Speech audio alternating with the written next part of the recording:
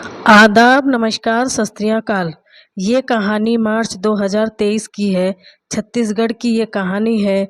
Chhattisgarh police ने operation चलाया, उसका नाम दिया ऑपरेशन मुस्कान। जो पुराने टाइम से गुमशुदा लड़कियां या महिलाएं गायब थी और इनका एक भी सुराग नहीं मिल रहा था और लंबा वक्त हो गया था, उनकी केस फाइल बंद हुए काफ़ी टाइम हो गया था। तो ऐसी केस फाइल को खोलें और गुमशुदा को ढूंढें। फिर हर पुलिस थाने में ये कहा गया कि जो पुराने केस बंद हो गए हैं उन्हें दोबारा खोला जाए। अब पुरानी फाइलें खुलना शुरू हो गई। छत्तीसगढ़ में कोरबा डिस्ट्रिक्ट में कुसमुंडा पुलिस स्टेशन में भी ये खबर फैली तो उन्होंने कहा कि 10-15 साल हो गए और किसी अनजान नतीजे तक भी नहीं पहुँचे। तो आज उसे लोकल फाइल को खोलकर देखते हैं तो सारी फाइलें वहाँ के एसपी और एसएसपी को भेजी गई और फिर उन्होंने एक एक फाइल को देखा और कहा कि इसकी जांच करो। उन्हीं में से एक फाइल जो कोरबा डिस्ट्रिक्ट के कुसमुंडा पुलिस स्टेशन की फाइल एसएसपी के नज़रों के सामने से गुजरी। जब उन्होंने देखा कि पूरी फाइल पढ़ी और जब उन्हें लगा कि इस केस में पुलिस ने अपना काम ईमानदारी से नहीं किया, इस केस की जिस तरीके से जांच होनी चाहिए वो जांच नहीं की। अगर इस केस की सही तरीके से जांच की जाए तो वो केस सुलझ जाएगा। ये केस था 24-25 साल की एक न्यूज़ एंकर सलमाना सुल्ताना का। ये छत्तीसगढ़ की रहने वाली थी। ये लोकल न्यूज़ टीवी पर न्यूज़ पढ़ा करती थी। ये वो ज़माने में बड़ी न्यूज़ एंकर रह चुकी है। 21 अक्टूबर 2018 को सलमा सुल्ताना गायब हो गई थी। उसके बाद उनको किसी ने नहीं देखा, ना घर वालों ने ना पड़ोसियों ने, क्योंकि पहले भी वो काम से बाहर रहा करती थी। फिर 3 महीने बीत गए। फिर उसके घर वालों ने उसकी खबर लेने की कोशिश की लेकिन फ़ोन पे भी कोई बातचीत नहीं हुई।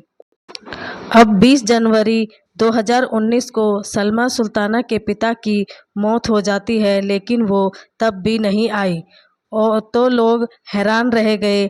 अब रिश्तेदारों को लगा कुछ गड़बड़ है कि बाप मरने की खबर सुनकर भी नहीं आई। अब रिश्तेदार ने कुसमुंडा पुलिस स्टेशन जाकर गुमशुदगी की रिपोर्ट लिखवाई कि आखिर बार उसको अक्टूबर में देखा था, उसके बाद से उसका कोई पता नहीं है। अब पुलिस ने रिपोर्ट लिखी और छानबीन की और सारे लोगों से पूछताछ भी की लेकिन कोई भी सुराग नहीं ढूंढ पाई और वक्त बीतता गया और वो फाइलें धीरे धीरे बंद हो गई। अब धीरे धीरे बीतते हुए वक्त को 5 साल हो गए। अब 2023 आया और मार्च में छत्तीसगढ़ की पुलिस ने ऑपरेशन मुस्कान नाम से एक अभियान चलाया कि गुमशुदा लड़कियों को ढूंढते हैं। और फिर सलमा सुल्ताना केस की फाइल अचानक कोरबा डिस्ट्रिक्ट के एसपी और एसएसपी के सामने आई और उन्होंने दोबारा से इस केस को खोलना शुरू किया। अब सलमा सुल्ताना के तमाम रिश्तेदारों से पूछताछ हुई, पड़ोसियों से पूछताछ हुई और उसके दोस्तों से भी पूछताछ हुई तो पता चला कि सलमा सुल्ताना का एक दोस्त हुआ करता था। वो जिम का मालिक और शिक्षक दोनों ही था। मधु साहू उसका नाम था। लेकिन इन 5 सालों में कोई भी ऐसा चश्मदीद गवाह नहीं मिला कि वो कहे कि मैंने उसे देखा है। तो पुलिस को लगा कि हो सकता है कि सलमा सुल्ताना इस दुनिया में ही ना हो और अगर ऐसा हुआ तो वो कौन हो सकता है और क्यों मारा होगा। अब इस केस में पुलिस को एक इन्फॉर्मेशन मिलती है कि सलमा सुल्ताना ने अपनी गुमशुदगी से पहले एक यूनियन बैंक से लोन लिया था। अब एक पुलिस टीम को यूनियन बैंक भेजा गया और कहा कि जाके पता करो कि यूनियन बैंक में लोन की क्या खबर है। तो बैंक मैनेजर से बात की तो पता चला कि हर महीने का ईएमआई ये फिक्स था और एक भी महीना ऐसा नहीं बीता कि उसका ईएमआई ये वक्त पर ना आया हो, कि उसकी मौत 5 साल पहले से गायब है और और उसकी 5 साल से EMI वक्त पर जा रही है। अब पुलिस सोचने पर मजबूर हो जाती है। अब पुलिस ने सोचा घर वाले लोन भर रहे होंगे तो घर वालों को तो इस लोन के बारे में नहीं पता। अब फिर पुलिस बैंक पहुंची और पूछा कि लोन किस अकाउंट से भरा जा रहा है, तो पता चला कि गंगाश्री जिम के नाम पर हर महीने ये लोन जमा होता है। अब पुलिस जिम पहुंची और पूछा कि जिम का मालिक कौन है, तो उन्होंने कहा अभी यहाँ नहीं है। तो पुलिस ने कहा कि उसे कुसमुंडा पुलिस स्टेशन भेज देना। अब वो पुलिस स्टेशन नहीं पहुंचा तो पुलिस को शक हुआ और उसके पीछे लगी। उसका नाम मधुर साहू था, लेकिन वो हाथ नहीं आया और वो भाग गया। अब पुलिस ने 5 साल पहले का मधुर साहू के नंबर का CDR निकलवाना शुरू किए, तो पता चला कि मधुर साहू का सुलमा सुल्ताना का CDR मैच कर रहे थे। खूब बातें होती थी। अब पुलिस को लगा कि इन दोनों का कनेक्शन है।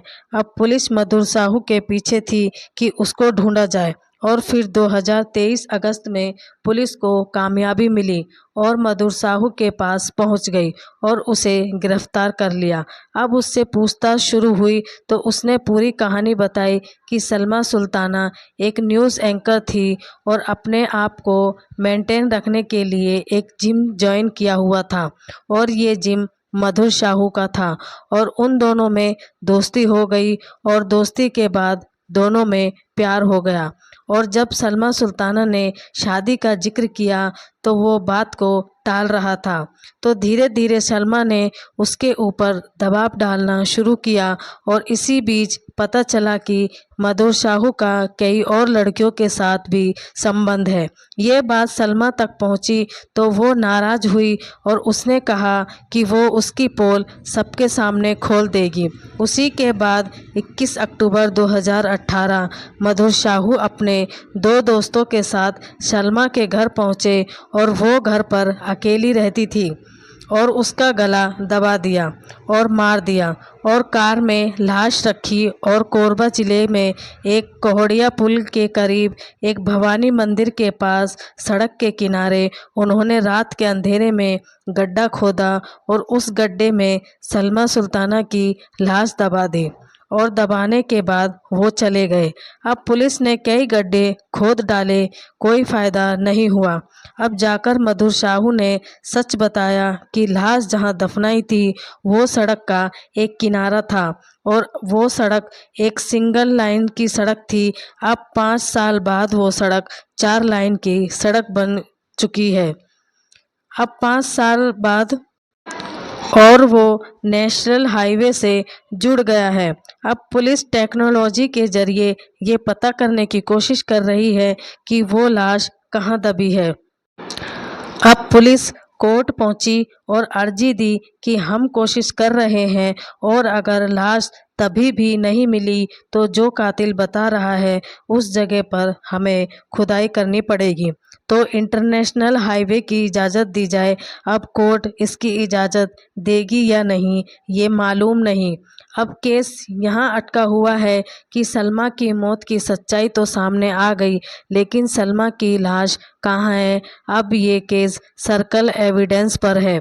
कल को कोर्ट में क्या होगा ये भी नहीं मालूम, तो इसलिए कोरबा पुलिस के लिए ये ज़रूरी है कि सलमा सुल्तान जहाँ पे भी दफन है उसकी लाश का कोई भी हिस्सा सबूत के तौर पर बाहर निकाला जा सके, जिससे ये कोर्ट में साबित किया जा सके कि सलमा की मौत हो चुकी है और इन तीनों को उसका कत्ल किया है और कोर्ट में उस हिसाब से इन तीनों को सज़ा दिलाई जा सके।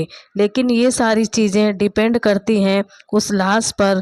देखना ये है कि क्या एक लाश को ढूंढने के लिए एक नेशनल हाईवे की खुदाई होगी और अगर खुदाई होती है तो क्या सचमुच लाश वहीं होगी और क्या इस बार भी ये तीनों पुलिस को गुमराह कर रहे हैं। लेकिन इसकी आगे की कहानी जो भी होगी मैं आपको सुनाऊंगी। तो ये थी आज की कहानी।